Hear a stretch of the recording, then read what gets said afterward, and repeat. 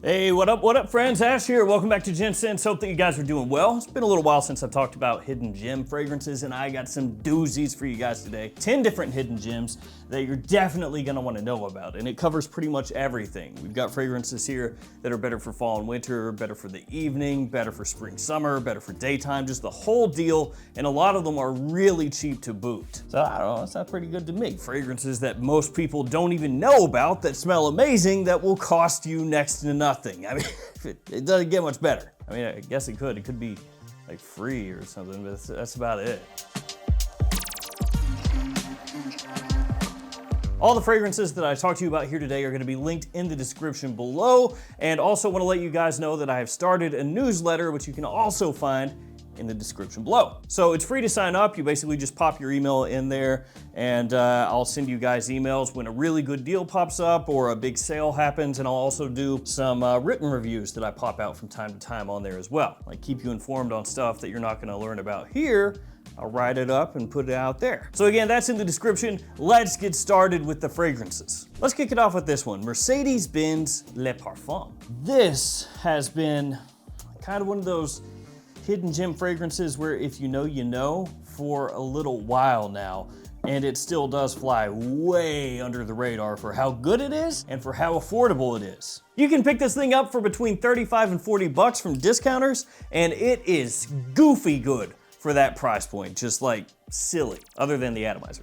Atomizer kind of sucks. Rest of it though, really nice. It has a faux leather wrap around the cap here. It's got like a leather encased box that opens up like a tomb, which is kind of weird, but really cool. And again, the quality here is fantastic. It's absolutely a fall and winter time scent, so as of when I'm shooting this video, maybe it's not the perfect time for this one, since it's starting to heat up in the northern hemisphere. If you're in the southern hemisphere, I guess maybe it's a little bit better for you. This one has notes like oud, violet, saffron, and pink pepper. It's gonna remind you when you first spray it on a little bit of fragrances like Tuscan leather or ombre leather from Tom Ford. But there's an interesting twist, kind of a nuance with this one, that it has a freshness to it, an almost watery freshness that you can pick up. And it's one of those deals that when you smell it, you'll always smell it. The performance is solid as well. It lasts a long time. It projects well, and it just smells elegant, classy, sophisticated, sexy, and like a Tom Ford fragrance with a little twist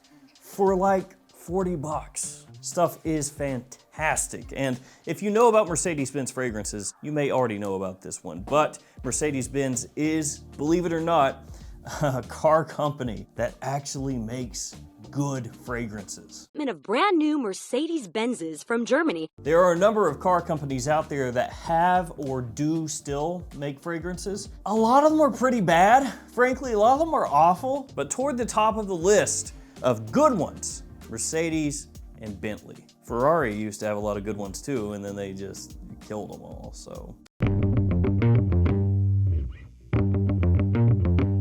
Thanks, Ferrari. Let's go with the fresher one up next. This one is from Karl Lagerfeld, and it's this little beauty right here. Under $20 is what this one costs, and it's Hamburg Ulster. Yeah, you can get this for like $18.99 at Joma Shop as of when I'm filming this video. It does not get much cheaper than that. That is for a full presentation, 60 milliliter size bottle, or you can get this one, 100 mils. It's gonna cost you a little more though.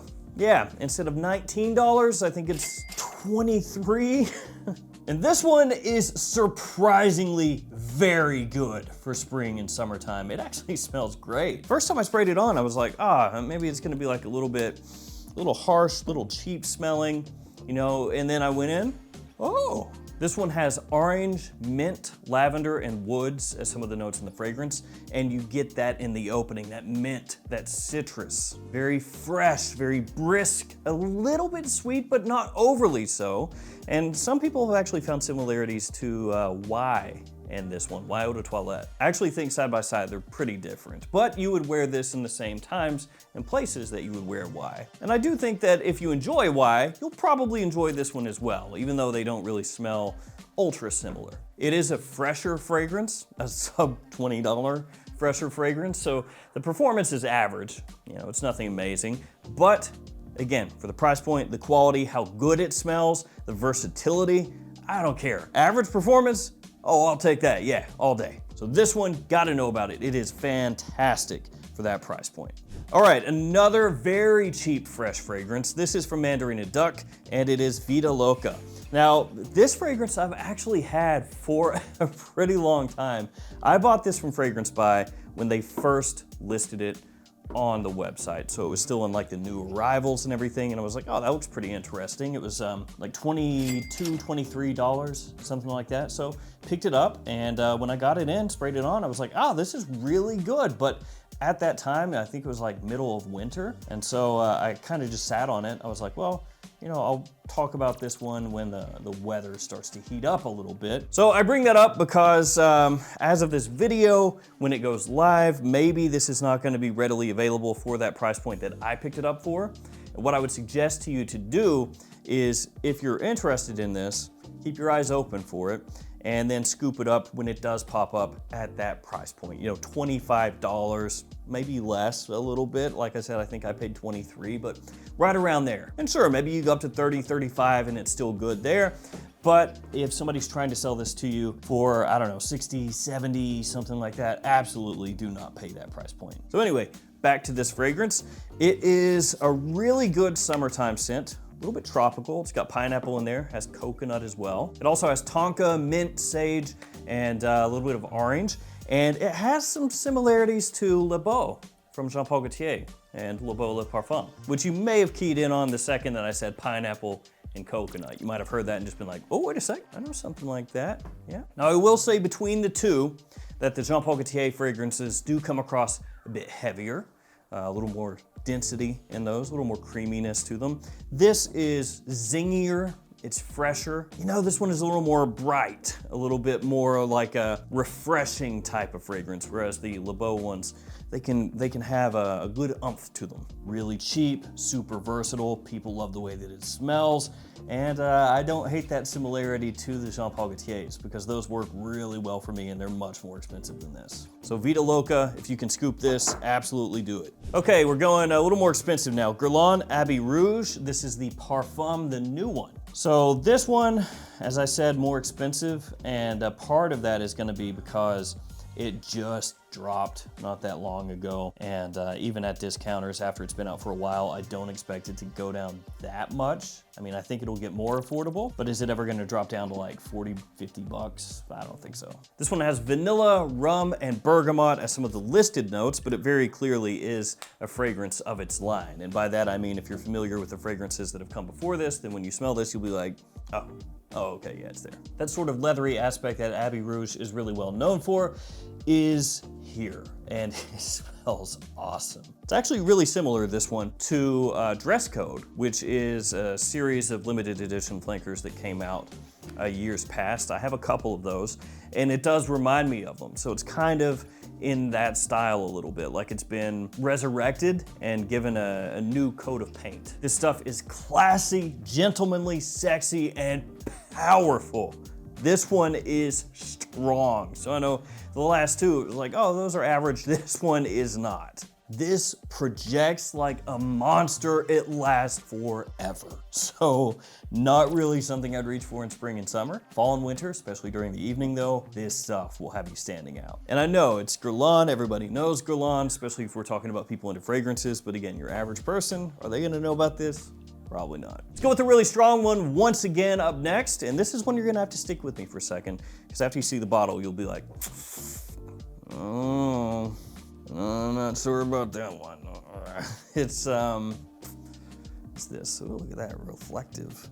Yeah, that's Philippe Plein, isn't it? Yes, it is. Philippe Plein No Limits Gold, in case you couldn't tell. Yes, absolute fingerprint magnet. Big time performance with this one. Really, really nice. It projects heavily, lasts a long time, and it's not crazy expensive. I bought my bottle from Joma's shop. It cost me $65, but the other Philippe Plein No Limits fragrances are about $45. So my expectation is that as time goes on, this one is gonna drop further and probably get in line with those other Philippe Plein No Limits and be about 45 bucks. Now, Philippe Plein does not have the most rip-roaring reputation when it comes to fragrances.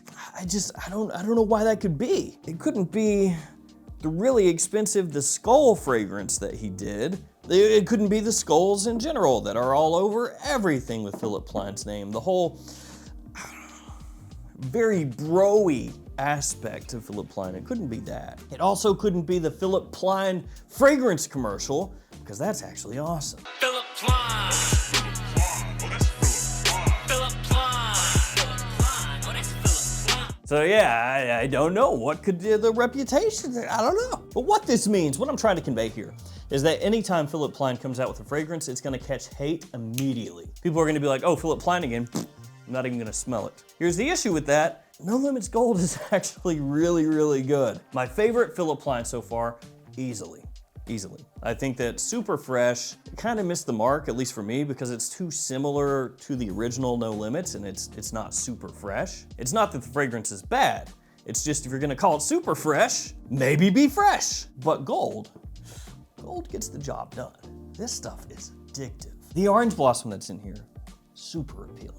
It's got a little bubblegum touch to it, but not too far down that path. You know, it's not walloping you over the head. It's got a good amount of warmth in here, sweetness from resinous notes. You have some citrus in there, gives it a little zing off the top, just kind of catches your attention and helps the fragrance as it transitions into that warmer dry down. Addiction is the name of the game with this. First time I sprayed it on, I really just kept going in, and then I was like, I gotta admit to myself, I like this a lot. Okay, let's keep it moving. Let's do this next. Just As Rock from Fragrance World. This is a clone of Invictus Victory Elixir, essentially. I talked about this when I reviewed this one, but at the time this launched, it was basically on websites as a stronger version of Assad Zanzibar.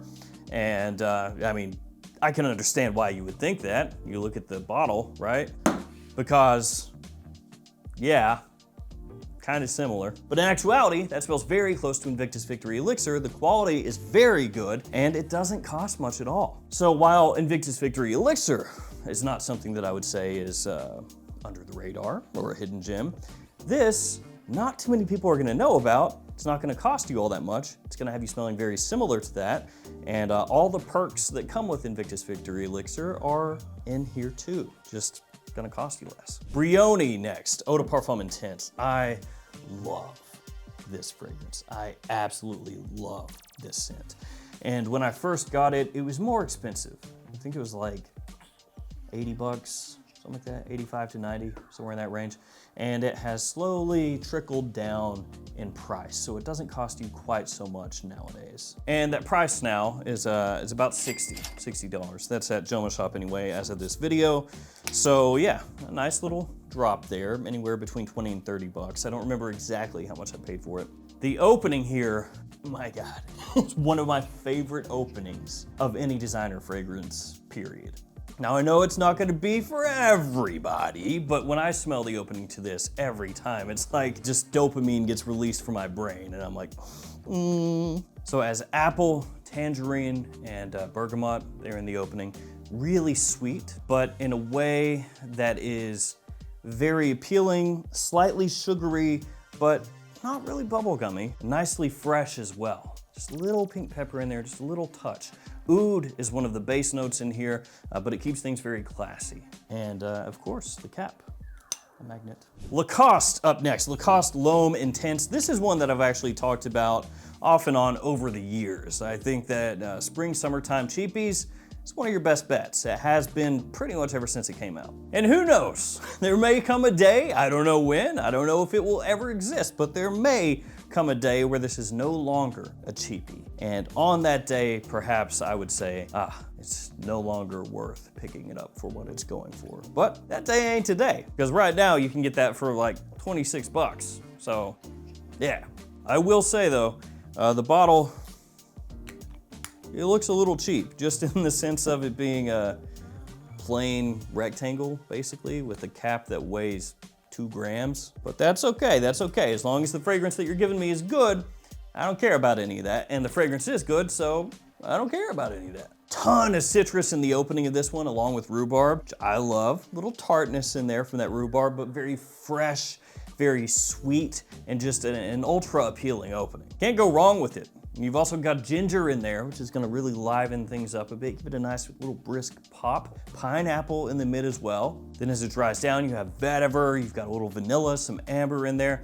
And this fragrance actually has a ton of notes. It's got way more than the ones that I've just mentioned, because this apparently is from the time just before that we've entered into now, where everything has like 3 notes. Halloween Man Mystery up next.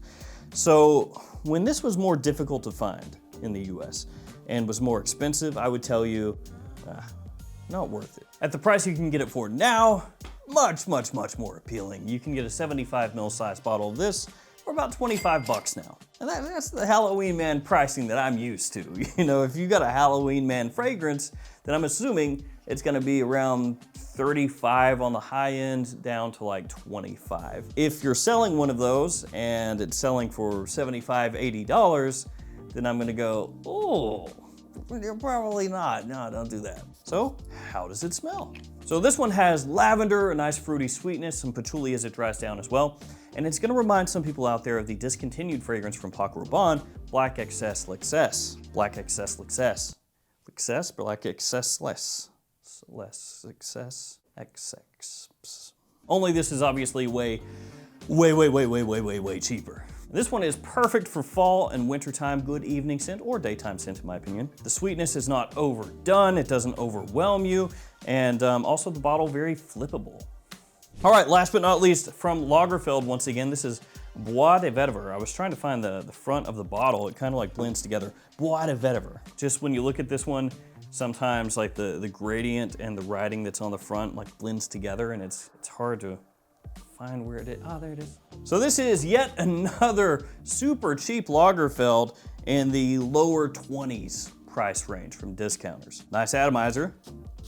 No, it doesn't. That atomizer sucks. I don't know why I thought this had a pressurized atomizer. It's okay. It still smells how I remember though. Yeah. Really zingy opening. Citrus and mint, very appealing, super clean. And the vetiver that's in here is also very clean. Ambroxan, a little rose, fresh rose, and it's an extremely elegant, classy, casual fragrance. So I think spring, summer, to the office, or really anything during day, that's gonna work perfectly. It's a little bit similar to like Declaration from Cartier, but more youthful, easier wearing, and fresher in a modern way. So this one, gonna wrap up the list. I think it's a nice entry-level vetiver fragrance that does not cost that much money and smells really, really good for that price point. So there we go, guys. Those right there, under the radar. Some for spring, some for summer, some for fall, some for winter, some for day, some for night. All of these, though, smell great, and I think that the overwhelming majority of these at the price point that they go for are absolute steals. Thank you guys for hanging with me. Stay safe out there. I'll see you tomorrow with another fragrance video. See you guys later.